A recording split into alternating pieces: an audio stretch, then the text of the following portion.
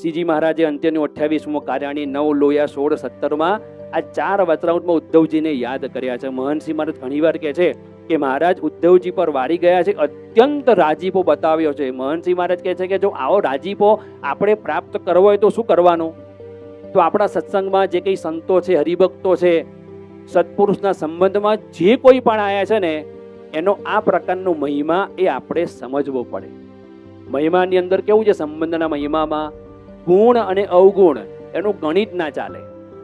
સંબંધ એટલે સંબંધ. જો ગુણ અને અવગુણનો એ સરવાળો કરવા જાઓ કે આ ભક્ત છે એનામાં આટલા ગુણ છે, આટલા અવગુણ છે, તો મેળ જ ના પડે આમાં. કારણ કે આપણી દ્રષ્ટિ અવગુણ ઉપર જ હોય વધારે. 2 ગુણ દેખાય ને 200 અવગુણ દેખાય, ક્યાંથી મહિમા સમજાય? એટલે મહારાજ અહીંયા કહે છે કે સંબંધનો મહિમા, કોનો સંબંધ થયો છે, એક પ્રેક્ટિકલ દ્રષ્ટાંત પરથી આપણે સમજવા માટે પ્રયત્ન કરીશું. આ દેખાય છે, આ શું છે? લોખંડનો ભંગારનો ટુકડો છે, બરાબર છે? કાટ લાગી ગયો છે, અઠવાડિયા સુધી અહીંયા પડ્યો હોય તો કોને લેવાની ઈચ્છા થાય? આમાંથી કોણ લઈ જાય? કોઈને લેવાની ઈચ્છા ના થાય. પણ આ જ લોખંડના ટુકડાને પારસમણીનો સ્પર્શ થાય અને સોનું થઈ જાય, કોણ બાકી રાખે આને? બોલો, પડાપડી થાય. હવે આ તો દ્રષ્ટાંત છે, બરાબર છે?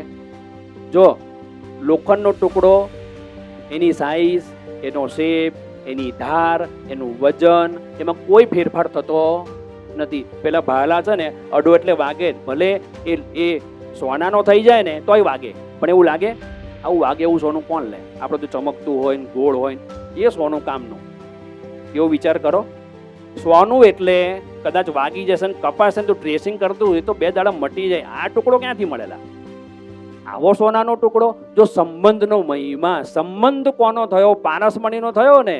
એ લોખંડ એ રહેતું નથી, સોનું થઈ ગયું. સ્વભાવ ટળી જતા નથી, પણ સંબંધથી એની કિંમત વધી ગઈ.